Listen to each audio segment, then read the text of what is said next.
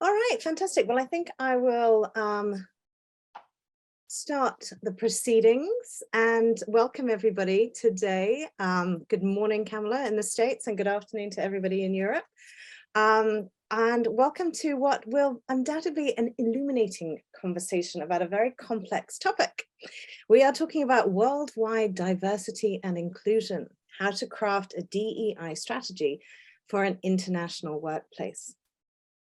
I'm your host, Ellie Dailey. I've recruited in 27 countries over the last 20 years, and I've been with Russell Tobin for the last year.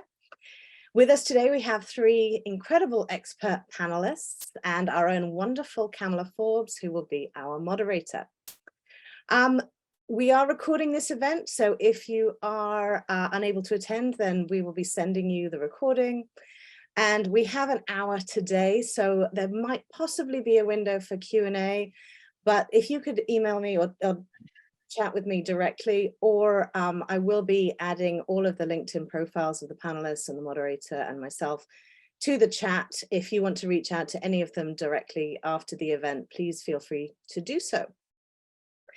So our panelists today, we start with Andrea Dermody, who has over 20 years experience working across the global financial services marketplace.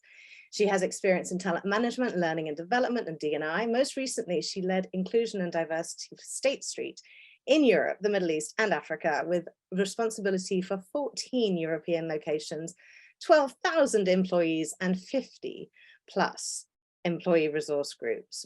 She is now managing director of her own consulting practice, Dermody, working with clients across healthcare, technology, engineering, financial services, aviation, and semi-state environments. She has been working very hard on the Balance for Better Business annual review, which is out next Monday. So everybody keep an eye out for that. Next, we have Katy Murray. She is a leadership coach, equity and inclusion facilitator, speaker, and author of Change Makers, a woman's guide to stepping up without burning out. I shall be buying this, and I highly recommend you guys do too.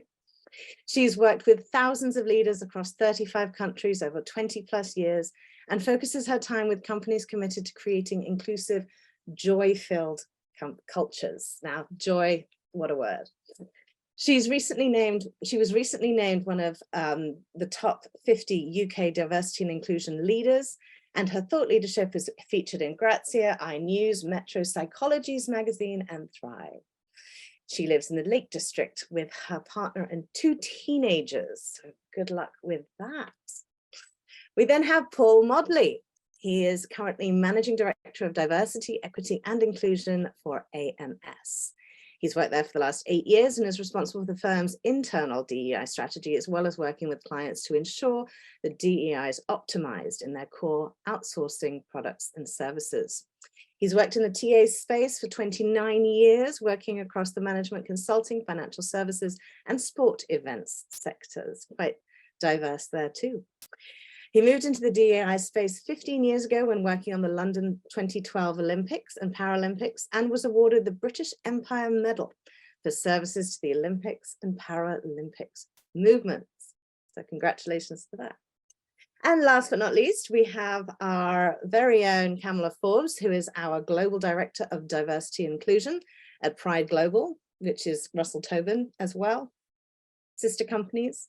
She excels in driving engagement and attracting top talent, and translates those diversity and inclusion practices into the talent strategy at Pride Global and for our client partners.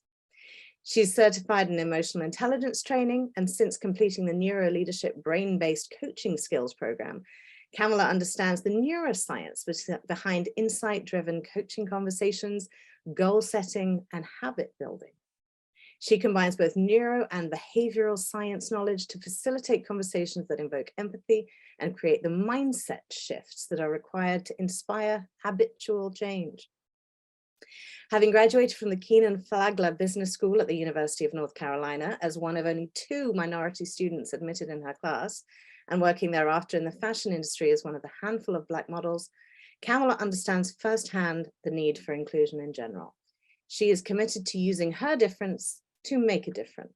And thank you so much for joining us today from New York. And I will hand over to you now, Kamela, to start the conversation. Thank you so much. Thank you so much, Ellie, for that wonderful introduction and the introduction of our esteemed panelists today. I would like to start off by giving some information about the way that Pride Global strategy across the different geographies that we work in has come about. And we have basically pared this down into 3 pillars. There's so much that we could tackle as it relates to diversity, equity, and inclusion. And so we have pared it down into a workforce, workplace, and marketplace strategy. When we look at our workforce, we look at the data. We look at measuring the different dimensions of diversity within our internal workforce. But as a part of our staffing agency, we look at the makeup of the dimensions of diversity that we give to our client partners as well. So being able to track metrics like that is a very important part of any DE&I strategy. And as you'll hear from our panelists as this session goes on, that differs from geography to geography. The second part of our strategy is workplace, and that really involves all of the pieces that make people feel like they belong in an organization. It's one thing to get them in the door, to be able to identify diverse talent and to bring them in the door, but what's going to keep them there? And this workplace strategy is all about the inclusion piece and the retention piece, and making people feel like they have a voice, like they're heard, they belong, and to give them opportunities to thrive within your workforce. Again, this looks different from strategy to strategy based on where you're based and what geography you are trying to apply that strategy to. And the final piece is our marketplace. We hear a lot in talking about how to find diverse talent or how to engage with talent, that the pipelines don't exist, or we can't find ways to diversify our talent pool. And so a lot of companies are going into the community, doing things with their different stakeholders in order to try to not only find that talent, but to develop the talent so that those pipelines do exist. And so we'll talk a little bit about what kind of strategies we have in place to try to help to create the kind of workforce that we want to see. And again, we'll be hearing about different ways to do that based on where you're located. So that's how we've wrapped up our strategy here at Pride Global, and looking forward to hearing from our panelists and what they're doing in their companies and what they know of in the industry at large. So with that, I will toss out the first question to Katy. And when we think about leading a global organization, diversity, equity, and inclusion needs to vary depending on your geography because there are different laws and customs. What are some of the main differences that companies should be aware of as they look to implement a DE&I strategy globally? Thanks for the question, Kamela. It's really great to be here and lovely to be with you all. So I'd like to come at this question slightly differently, if that's okay, and look forward to hearing what my colleagues have to share as well. I think there's something about what is actually consistent and what is the bigger picture across the whole piece for your company. And I would suggest that we start there and connect with what is the why? Why are we actually doing this work? Why is it important to us? Why is it important to us as a business? What's the business case and the rationale? And when we can, as leaders, when we're looking at that strategy, when we're looking at creating the strategy, we can start to articulate the why in a compelling way to at least begin to get people to engage with that.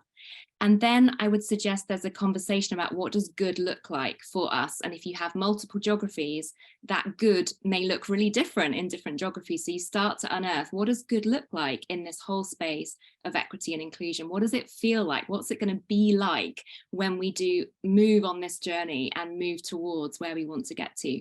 And having those conversations can unearth so much rich perspective, and you start to get into that multi-dialogue and multiple voice from all the different parts of your business, and you can find ways of engaging people in different parts of your business in different geographies. But I would say that's a really good place to start, because otherwise we get into this, whose narrative is actually driving the strategy, whose voice is actually being heard in terms of creating that strategy. And I think we can challenge ourselves to think about who is being heard even as we create the inclusion strategy. Like, can we model a way of creating that strategy that embraces the principles around diversity, equity, and inclusion? And that can be quite provocative and quite countercultural. In my experience, when you start there, when you start with the why and the rationale and what does good look like, and then you start to engage people in different locales or regions or geographies, you can engage people with what are the enablers and the blockers to actually help us get to where good looks like. And that's where you start to hear the local nuance, the differences, all the variations perhaps which come down to norms or legal pieces. And I can't comment on that in terms of different geographies in terms of my expertise, but that's where you start to hear some of that distinctive and nuance that will be there and present in all those different locations that you might be working within. So start big picture, start with the why, and then engage people with the nuances in those different spaces. There will then be some consistent threads and themes, and then you'll also be able to speak to the distinctives. I love that, Katy. I love that it really focuses on the people, right? Like, depends on where they are and what they want. And if you listen to that, you'll get what's needed for them in their geography. So great way to put that. Paul, anything different that you could add to that? Yeah, I think the only thing I would add is, I operate in an organization which is multi-region, multi-country. And the challenges of kind of finding your way through the different legal jurisdictions is really difficult. It's really challenging, and it puts a lot of people off. And, we have had to find a way through that and kind of work locally. And I think that's the important thing. So to Katy's point, you start with your global strategy, your kind of global priorities, then you take that down to a regional and country level, and then you engage with the right people in those countries, those regions, who can help you understand the legal framework. So I'm sure we'll talk a lot on this call about data capture, diversity data capture, in terms of understanding the diversity of your workforce and what you can do and what you can't do. That is challenging to really understand, and it varies from country to country. And I think that's where it's really important you get the right people on side with you in those different jurisdictions so that you can understand what you're able to do and what you're not able to do. Yes, exactly. Like you said, there's that piece about the focus on representation as well. Andrea, maybe there's something else you might think to add, but also just wondering, I think one of the key pieces is just focusing on what diversity means outside of the US. Do you have any thoughts on that, or where you might see that differ across any geographies that you've worked in? So I think I would build on what both Katy and Paul have said, insofar as there's a great term, I think it was Heineken that came up with it. I heard it a number of years ago, global. So what you're looking to create is a global approach with local respect. Because one of the biggest mistakes you can make is take your global approach and try to adopt it in every single country. So again, echoing what Paul and Katy have said, a global approach. What are your principles globally? The why that you're doing this? What are your, if you like, red lines? What are the things we don't want to compromise? And then when you have the local conversation, the key skill, the key most important thing is listening. Not going in with, here's what we're going to do, but rather, as Katy described, getting people involved at the beginning of the conversation. What does this look like in your location? And I'd echo what Paul said, the legal complexities in different locations. They can be landmines, but that's why starting from a conversation and dialogue perspective is going to yield you better results if people feel that they're bought in right from the beginning. I think one of the biggest challenges that I talk to clients with outside of the US, and especially if they're based in the US, is that everybody wants to measure everything everywhere. And Paul mentioned, we'll be talking about that more later.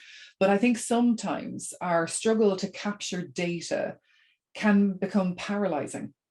And one of the most things for organizations to think about, if they've decided, as Katy said, their why, and they've decided, as Paul said, their global principles and their global approach, getting on with the activity and not letting the fact that you may not be able to capture certain data in certain locations hold you back. There are other ways to measure progress other than the quantitative piece. But I think for a lot of organizations that can be paralyzing. And Paul mentioned this as well. It can be off-putting when you think about, well, I can't do exactly what I did in this country, in this other location. You've had that local conversation, that local dialogue, addressing what the priorities might be in certain countries is a good way to start. But also keeping in mind that you don't have to have data in order to take action. You don't have to record every single diversity characteristic in every single country in order to be able to track progress. It's important, but it's not the most important thing to do. Yep, I agree with that, Andrea. Like you say, don't become paralyzed. Let's focus on the bigger picture and you could still get things done. You know, and Paul, to your point, let's get a little bit down into the nitty gritty, maybe with some examples, but maybe can you talk to some of the challenges that you've experienced when implementing maybe a policy or some kind of process that you saw worked, you know, in one geography that just did not translate to another one?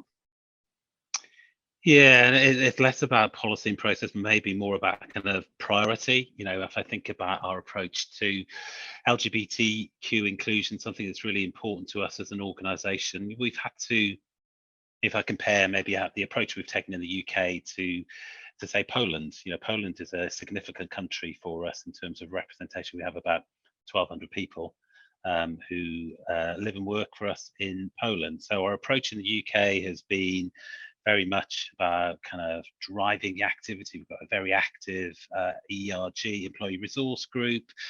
We have lots of sessions that we talk about topical things in the LGBTQ community. We're active at Pride, etc. So that's the approach from a, you know, like a UK perspective, which would be very similar to how we would approach it in the US. Our approach in Poland has been very, very different, and you know, I'm sure you'll all appreciate the challenges that you know we currently face in Poland in terms of the government's approach, the government's position on LGBTQ rights, and so we've had to tread very carefully, and we've had to adopt a different approach, still very strongly focused and committed to LGBT inclusion. But our approach has been a little bit more thoughtful, a little bit slower, you could say, but nevertheless still very committed to supporting our colleagues who are in the community within Poland. So we never shy away from that. It's really, really important. And I know there have been organisations who have had to do that just to retain their business within the Polish market. So I think you have to kind of take that into consideration with you. Again, back to that sort of jurisdiction perspective, the kind of cultural perspective, and how you sort of take things forward. So that would just be one example I'd bring to the party.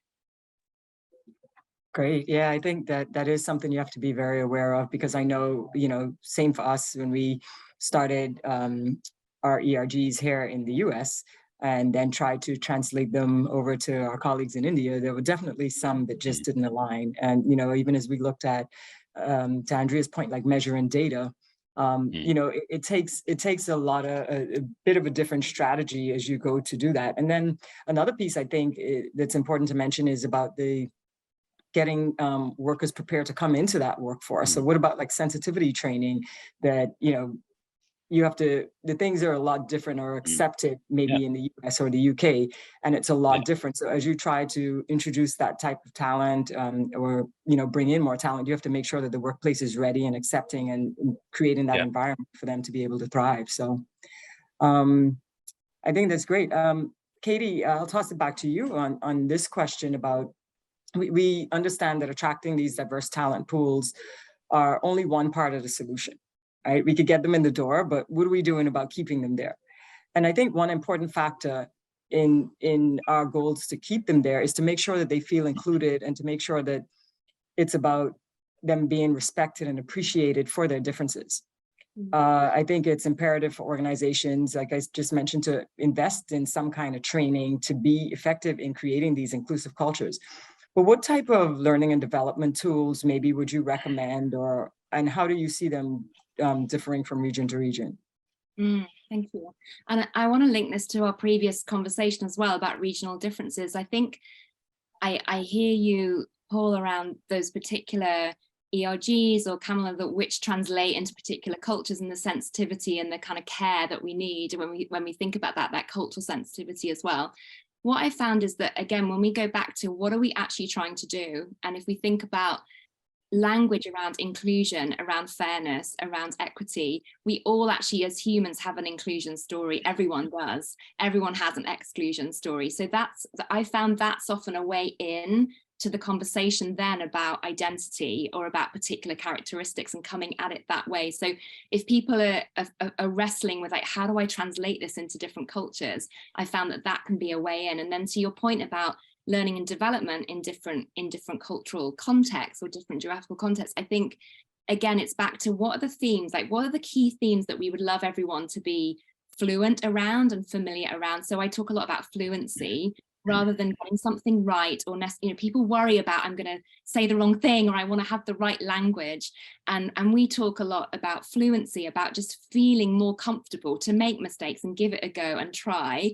And that's really hard for us, isn't it? Particularly as we get more senior in our career, we're used to being the experts, we're used to being, right and correct. So sitting with that discomfort and ambiguity at times can be really challenging for people. So these are some of the threads that I would be pulling into any kind of learning and development conversation, is our capacity to have those kinds of conversations. And it's not just head knowledge, it's actually the sort of heart connection, because it is about our humanity. And yes, there are differences, and some of those can feel at times insurmountable or tricky, but actually there are lots of commonalities that we can build across and bridges across. So language around fairness, language around belonging, language around joy at work, I find those things actually translate really well multiculturally, and people can find their own interpretations of those concepts.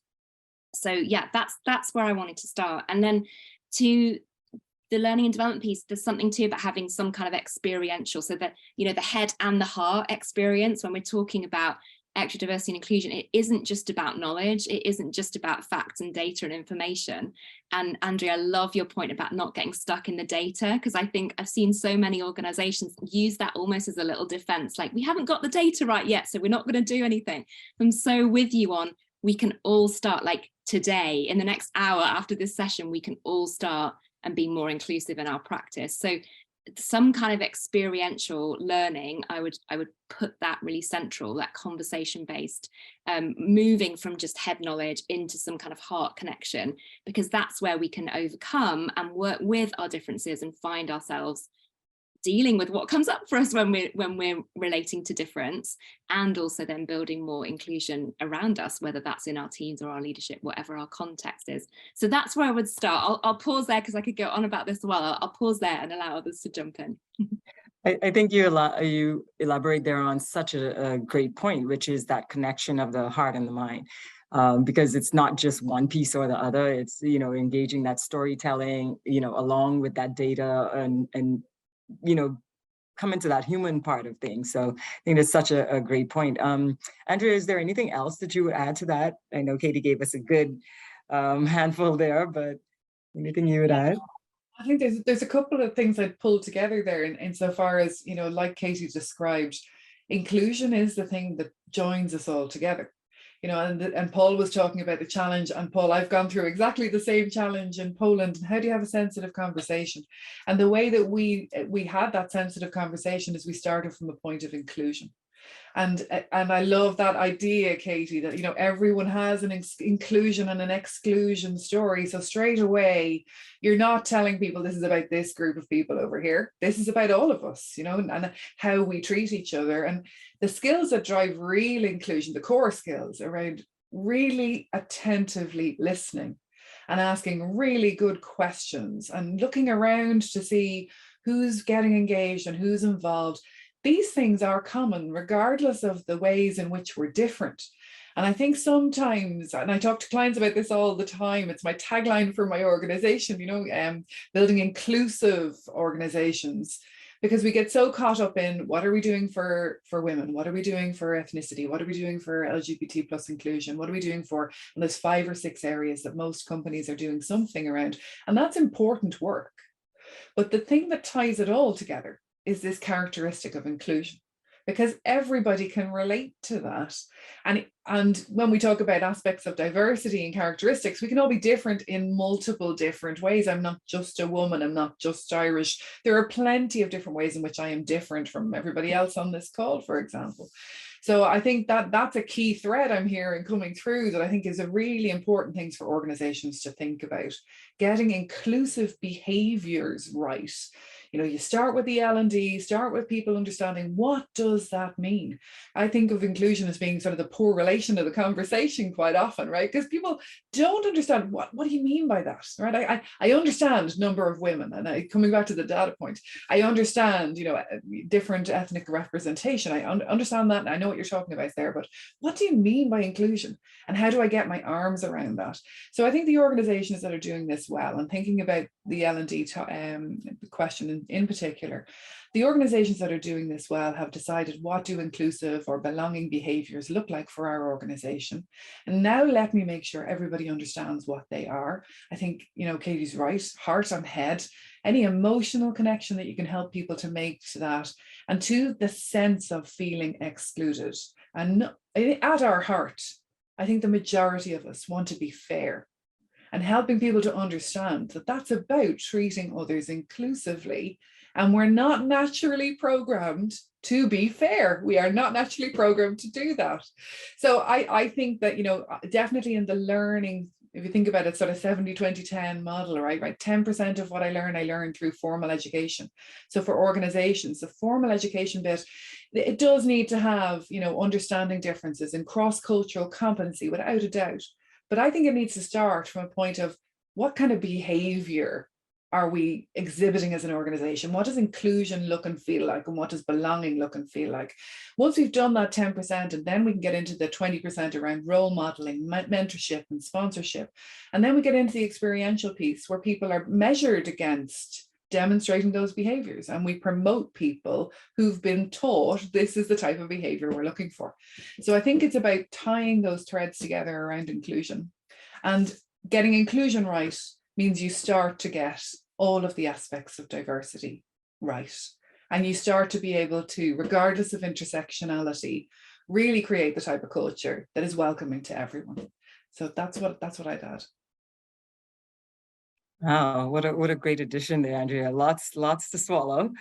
And I love that. I want to you know, pick up. I think we talk about this inclusion. I think one of the biggest tools, you know, across different geographies that people use to create this sense of inclusion are the employee resource groups.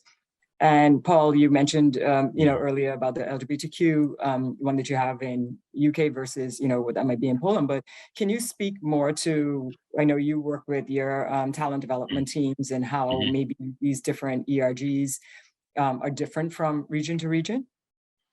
Yeah, no, absolutely. So, you know, we've made a conscious effort this year, in particular, to really focus in on our employee resource groups and relaunch them back in March. We have eight global employee resource groups, and so they're run as global groups. They have a lead. Sometimes they have a co-lead. In some instances, they have 4 co-leads.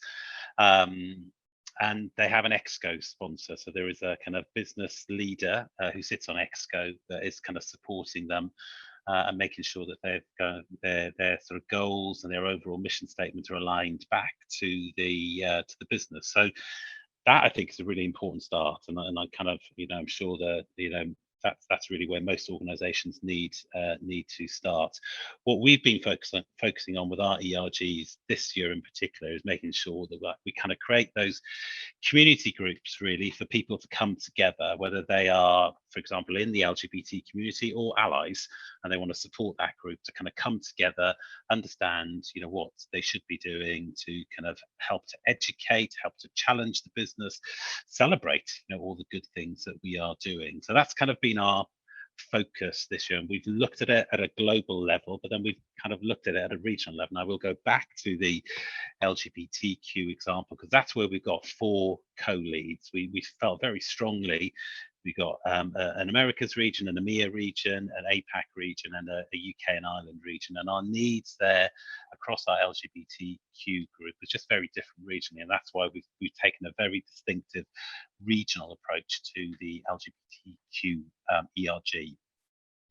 In terms of flipping into next year, we want to retain and build on all of the great work that they do. We want to put in a feedback loop so the business gets a formal update from those ERGs in terms of, right, what is going on the ground, what's going well, what's not going so well. So we get that in place, but also get them more externally aligned with both our clients, so plugging them into our clients and the ERG groups there, but also the communities in which we operate. So really supporting community engagement in those kind of key locations, whether that be in the Americas region or Hong Kong, China, Manila, etc. We want them to become much more externally aligned, so we can start to really build those external community engagement relationships, but also to deepen the relationships we have with our clients. Yeah, that's great. It's definitely different parts, and that brings up something that I want to maybe toss to Andrea. I know you've done a lot of work in this ERG space, and just as Paul mentioned, there's a part of the ERG that's really focused on internal and how do we create that sense of culture and inclusion within the organization. But then you extend that olive branch out to how do we extend this to the community as well. What have you seen across geographies in terms of it being where it might be more internally focused in any geography, or it might be externally focused in that balance between how do we make this something that we focus on to help the organization and the culture versus something that's, a part of like talent acquisition or, community building? Yeah, I think a very good question, Kamela. And I think everything that Paul is doing, organizations should do that they're all really good tips. I'll be upfront with a bias. I love ERGs. I love the people who decide to volunteer their time over and above their day job to work on something they feel really passionate about. I really do. I think one of the key things is to balance that for organizations, that remembering that the people who are on ERGs are typically volunteers, and balancing that against the organizational imperatives. I think the external part of it, and thinking about clients and community, what I notice is about maturity. So organizations, when they're starting off, they're raising awareness and they're bringing people together, but getting them to actually engage externally with clients, as Paul is describing there, they kind of have to nearly set their own house in order, get people involved, get a bit of momentum going. And then as they move along the maturity scale, you start to see them contributing to the organization in terms of how you develop products, contributing to the organization in terms of engagement with clients, and contributing to the organization in terms of bringing in best practice from external. But that is definitely a maturity journey that ERGs go on. And it needs to be supported by organizations, because for a lot of people, think about, very passionate volunteers running these ERGs. They don't know what that maturity cycle might be. We do, we're experts, we're doing it every day, but even giving them a bit of training and helping them to understand, ultimately, this is what you could be doing, and this is how you would contribute to the organization. This is how you can have a louder voice in the organization because you're contributing to the business and how the business runs. So I think in terms of the maturity, I would say a lot of it is regional. Obviously, ERG started in North America, so you'll see some degree of working towards that being a BRG in the UK, I think. You'll definitely see it in the US, but not as much, I think. And I don't know what you think, Paul. I don't think you see it as much outside of that. It's definitely changing. Organizations are becoming aware that that's a potential that they might have. But if you look at locations like Germany, right? So in Germany, the culture is not built around that extra volunteering happening as part of your work environment. It happens externally. So again, knowing the local context is key here in terms of how you support ERGs. Can I just jump back in just very briefly? One of the, which is aligned to what you've just said, Andrea, is about should we be compensating our ERG leads for the additional responsibilities that they carry? And should we be allowing them specific time within their job description, so that they, instead of doing it off the side of their desk, which all of our ERG leads are doing, they make time, they're passionate, they love what they do, but they make time, they do it, they're working extra hours to do this. So over the last couple of months, I've been talking to a number of external organizations, some of our clients who pay their ERG leads additional payment, but also give them that allowance of time. So if you're a head of sales, you might say 90% of my time is head of sales, but 10% is aligned to the ERG. And that's just something that we are looking at the moment. Yeah, and I think best organizations are doing that, Paul. Sorry, Katy. Yeah, I'm with you. I'm celebrating that you're exploring that. All the data shows us that people that are passionate about EDI and are giving time to it are not necessarily rewarded inside organizations. And actually what I noticed from a resilience and well-being and mental health perspective is there's a psychological safety piece there, and there's also a wearing piece for your EDI leads, you know, for those people that are volunteering into that space of being part of those committees or leading those committees.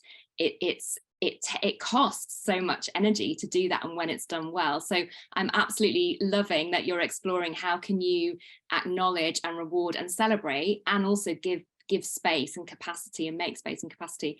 And I love what you shared there, Andrea, about the maturity of ERGs and how we can resource ERGs to develop their own maturity and their own capacity, and how much then added value they can bring into the system of the organization and your kind of wider ecosystem of your business. I think that's a fantastic ROI. If there's anyone listening in who's like looking at, oh, should we do ERGs and what's the value of that? I think there's loads of examples there. The piece I wanted to add, just picking up, Paul, what you shared about your Exco sponsorship, again, I really want to applaud that in terms of having that top leadership support and representation. What we often find when we work with different clients is that and I think it links to what you said, Andrea, about that maturity journey, that so often people love the initial, I want to go into a group of people like me, and there's a part of my identity where I want to feel that connection and that safe space, that psychologically safe space, often to process some pain in the system that they've experienced, often to process perhaps even trauma, and have a safe space to do that and feel that they're listened to and heard, and that there's that connection, solidarity, that consciousness raising, all that brilliant stuff that can happen. And then what we notice is that there's also some consistent things that come out across all of the ERGs. So that feedback loop, Paul, that you talked about, I'd highly recommend people consider how they're going to have that loop working. And what we often notice is that rather than siloing everybody into their kind of ERG identity space, what actually are the consistent themes that are coming out that's knowledge for the business about what's going on in the system. So some of the enablers and blockers that I mentioned earlier, when we know what does good look like and where do we want to head, but actually there's such rich data that will come through these ERGs about the reality of the enablers and blockers to help us get there. And often we see that they are really systemic issues that are consistent through all of those ERGs. So you want to just have that care around not setting people up in silos, although there's so much value in that solidarity. What also are the consistent spaces to share those themes and to share those issues, and how will you provide feedback to the system? So again, Paul, I love that, you know, your Exco members sound like they're really engaged. We do quite a lot of work which we call bridge space, which is how do we support people who are in power, so let's say the Exco or your senior team, to hear what is coming out actually of the ERGs, because sometimes that data is really confronting because it's about the enablers and blockers actually in the Exco's organization. And some of the facilitation work we do is holding that space for some of that really tricky stuff to get aired and to get some airtime, and to support senior leaders to deal with what comes up for them. So perhaps some defensiveness, perhaps some fragility, you know, not on my watch, that's not in my, you know, that all of that stuff comes up. But actually, Andrea, to your point earlier about inclusive leadership, this is where the rubber really hits the road, isn't it? Because how can I hear what's going on, what's a lived experience for somebody else? Maybe their identity is different to mine. How can I believe that? And then what action am I going to take when I see that there are some systemic issues? So there's also an opportunity to dial up the inclusive leadership skillfulness and aptitude and agility of your senior leaders, or the people in power, if you like, in the system, as well as resourcing your ERGs to take up their voice and take up their space. Wow, Katy, there was some gems being dropped there as well. a lot in there that's really, really good. And I think it's really important, like you say, to take that knowledge from, you know, what you're hearing. It goes back to, I think the key thing that, you know, at the end of this, we walk away with is about listening. And, you know, whether it's listening to, you know, what a region or locale is saying, or whether it's listening to what your employees are saying, you know, within a particular group, you know, it's really where you would get all that data. And if you choose to accept that and hold a space for that, that's kind of the starting point for change to happen, for you to kind of progress there. So I thought that was really, really insightful. So, Andrea, you talked a lot before about, not having the quantitative part, but we know that's what people hold on to, right? Like, how am I going to measure it? I really need to be able to, prove that this is working. I know that's one of the biggest challenge when we, about a year and a half ago, started implementing our ERGs across our geographies. And it's like, okay, well, is this just, a club, or how do we, calculate the ROI on it? So Paul, I'm going to toss a question to you and just ask, about some of the data pieces of it. And more specifically, let's turn the focus to the talent acquisition piece. How do we measure, like, what kind of metrics are you tracking as you try to look at the talent acquisition of different types of dimensions of diversity within your organization?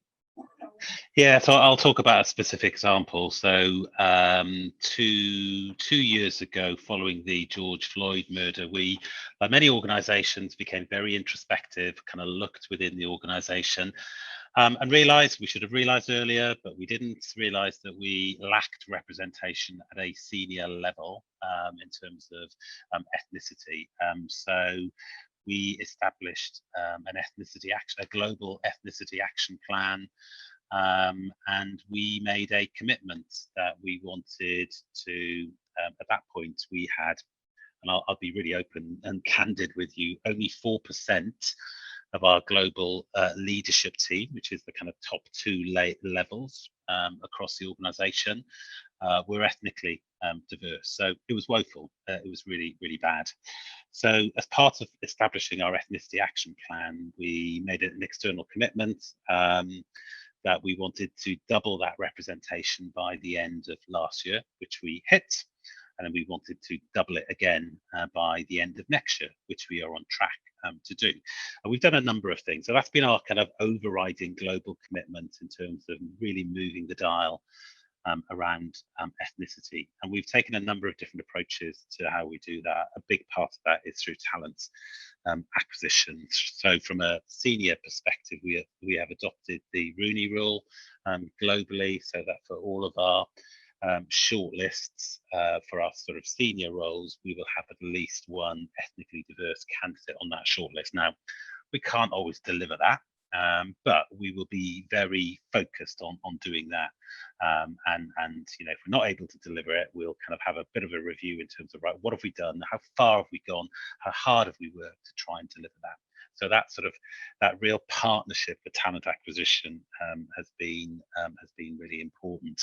So we've really moved the dial globally around that. What we've discovered in the last 6 months is that we've really not moved the dial as much as we should do in the UK.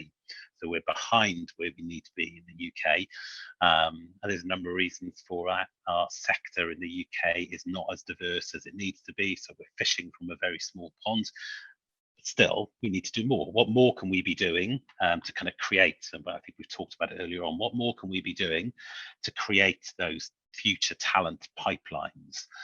So there's some work that we're doing around reskilling programs, academy programs to really kind of create the future sort of talent, but with a real focus on underrepresented talent. So yeah, a big focus for us globally, but and now in the UK around ethnicity and how we kind of partner with our talent acquisition teams to really support what we're doing to kind of change the dial on that diversity representation. But TA support is one thing. There's obviously a lot that we've been doing, and I won't talk about it now, but there's a lot that we've had to do internally as well in terms of unblocking the sort of progression channels. So we've had to look at our sort of promotions, our talent development, our career mobility processes to kind of understand where is there potential bias in those processes, and kind of eradicating that bias, so that we're creating a level playing field for everybody, whether they're going through a promotion process, whether they're looking for an internal role, or whether they are looking for mentoring or other sort of opportunities to develop within our business. Great, you sound very busy, Paul. That's a lot to Not just me, I've got lots of colleagues to help and partner with. So well, good, but I think that's really important. And it's really holding, yourselves, your company accountable to say, hey, these are the goals that we want.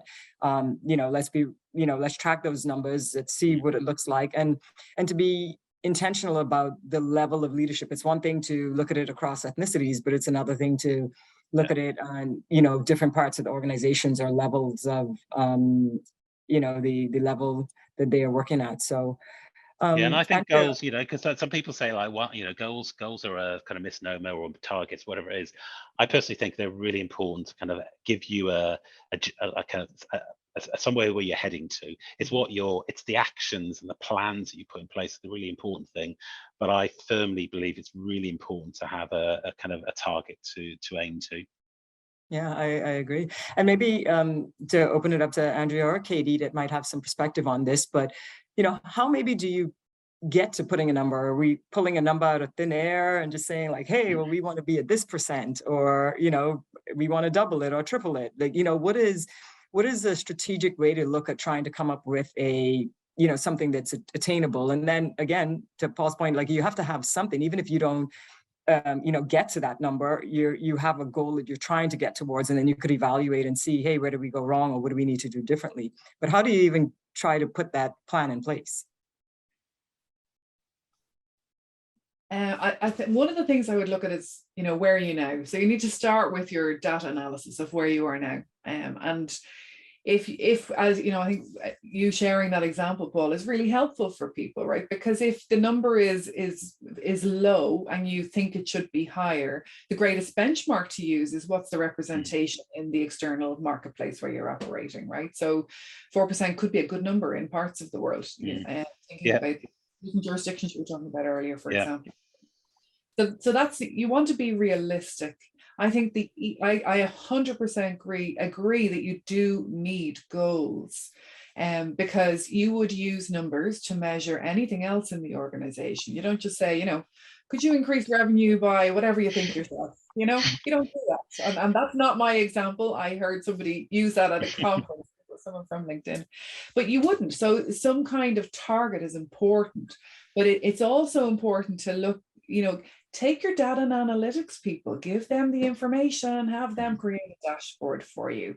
You need to be looking at quantitative elements. You need to be looking at leading and lagging indicators, right? So it's not enough to look at what's our representation. You need to diagnose the problem, which I'm sure you did, Paul, right? So at a talent acquisition pipeline, where are we breaking down? You talked about progression internally, but even within the TA pipeline, right? So are we getting a break of candidates? You mentioned that you are a good distribution of candidates. You mentioned the external marketplace is already a small pool. So knowing what you're aiming for, I think is key. And are those candidates applying to you? And are they getting through the screening process? And are they getting through the interview process? So there's an awful lot of work, I think, to do, Kamela, to your point, or to do the original and the starter diagnostic around your data. And you do need to start there. But when we talk about sort of leading indicators, Paul talked about progression, who's in your talent pipeline? Who are the up and coming talent, and are you looking at those type of things? Looking at promotions and hires are interesting, but they're data you can't do anything about. It's not up and coming data. So that's another characteristic I would look at. But to your initial question around how do you set targets, I think it is about where are we now? Where can we reasonably get to? And then a bit of a stretch on top of that, right? So it's not enough to say we want to get, we want to increase it a little bit. One organization that I know, again, thinking about the global context around how do you set different targets in different locations, they set themselves a parameter to say, when we do promotions, the numbers cannot get worse. Let's start there. And that's our baseline, right? And any company can do that, right? Our numbers cannot get worse through what we're doing in promotion or hiring and through retention. That might be an easy starting place for people to look at, but you do need to set yourself a target. So where are you now? What's reasonable to get to? And then a bit of a stretch. That's what I would recommend in terms of setting targets. That's a great strategy to implement. Very, very useful tactical takeaways. Katy, thinking about, Paul talked about reskilling, and, you could take some of that talent and try to figure out how, ways to find the talent that you need, how to develop the talent if you don't have it, if it doesn't already exist. You know, this is some of the things that we do under our marketplace pillar. And it's about, you know, engaging in the community, tapping into different networks, underrepresented networks and organizations, professional development organizations, and doing networking. We go out into the community. We have an organization, a 501c3 called Pride in Education, and we use that as a tool to engage with different colleges or professional networks of underrepresented people and provide career readiness workshops or provide some type of reskilling. And so just wondering from your perspective, is there anything else that you could see in how do we build those pipelines and try to find the talent that doesn't exist? Yeah, I love that you just put bunny ears around that, because I hear it so often from clients, you know, we've looked for this and they don't exist, or they don't want to come here. I think you've listed an incredible list there, Kamela, and what I hear there is creativity and like, let's think outside the way we've always done it, and let's bring some different perspectives into how we can do this, and that creativity to go, where else can we look? Where are people hanging out? Where are they based? What are their stories about who we are, and how, you know, it's that whole pipeline, isn't it, as we've said, in terms of your brand positioning, that has an impact as well. And just, I wanted to pick up something, Andrea, you were saying around the metrics, just to go back a little bit to answer the question, Kamela, that I think there's some real curiosity that we need to bring to the data. So, and Paul, I heard this in your example too, that for me, the data is like a tool. It's incredibly useful, but it isn't in itself the work. The work is really curious about, what does that data tell us? And so I just love how you've each shared examples of, here are some examples of what that data tells us. And so Kamela, when you were thinking there about where can we find people, if you already know what your start point is, it's like, okay, what's this data telling us, and where else do we go from here? Where can we stay curious about that? I think that's one of those inclusive leadership qualities that we can bring to this challenge around, you know, how do we kind of open up our blind spots and see more widely, and whose voice needs to even come into this conversation? Like, if I don't know, who do I know who might know somebody who might know somebody? So how can I extend my own network of connections who's even in this conversation with me? That would be some of my start point there, that curiosity and creativity. Great, yeah, because, you know, it's not enough just to say that it doesn't exist. And if it doesn't exist, then go and create it, right? And to your point, like, find people who could find people to get it done. So I think there's definitely about, you know, the effort that you put in is what you will reap. And we already said the piece about the importance of inclusion, because we know that we can put in so much effort at the front end of getting people kind of through the door. And then if we're just focusing on the numbers as a means to an end, we go, great, look at our numbers, tick, done, you know, and then it becomes some optics, it becomes tokenistic, it loses the value, when rather than saying, okay, how now are we creating a culture whereby, this links to our retention conversation earlier, doesn't it? How are we going to enable everyone to thrive? And that means everyone who's in majority culture and who's in dominant culture, now that people who are quite different are coming in. What does that actually mean? And how are we going to handle that together? What conversations do we need to have? What kind of co-creation do we need to be doing? It's not enough to just bring people through the door and then tick, you know, we've done diversity, you know, we're sorted. And that, to your point earlier, Andrea, about where we can kind of hide behind the numbers, I just want to encourage everyone listening in that numbers are a tool to help us, and we get curious about the story, and that's really where the work begins. And the numbers, I'm also all for stretching ourselves and having targets that stretch us, because I think that enables us to be ambitious and it stretches our creativity, but they can't be an end in themselves. Totally agree with you there, Katy. And I think, you know, this has been such an enlightening conversation. I see that we have about 5 minutes left. How quickly an hour goes by when you're just sharing these best practices and passionate about what we do and how to, you know, bring other people along on this journey. But I'd like to ask each of you just really quickly to tell us maybe one thing about what success looks like for you. And if you have just a little tidbit that you would share with our listeners about, you know, what's the one tip about implementing a global D&I strategy. So what does success look like? And what is one quick tip about the best practice for implementing a global strategy? And Andrea, I'll start with you. I'm going to go back to something that Katy just said about, enabling everyone to thrive. I think, what we really want to do is create the type of organizations where everyone can fulfill their potential, regardless of what that looks like to them. Not everybody wants to be the CEO of the company. People have different objectives.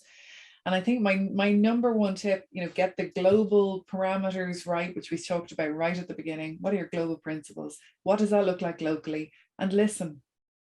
I think that's the most important thing. Listen to what people are telling you.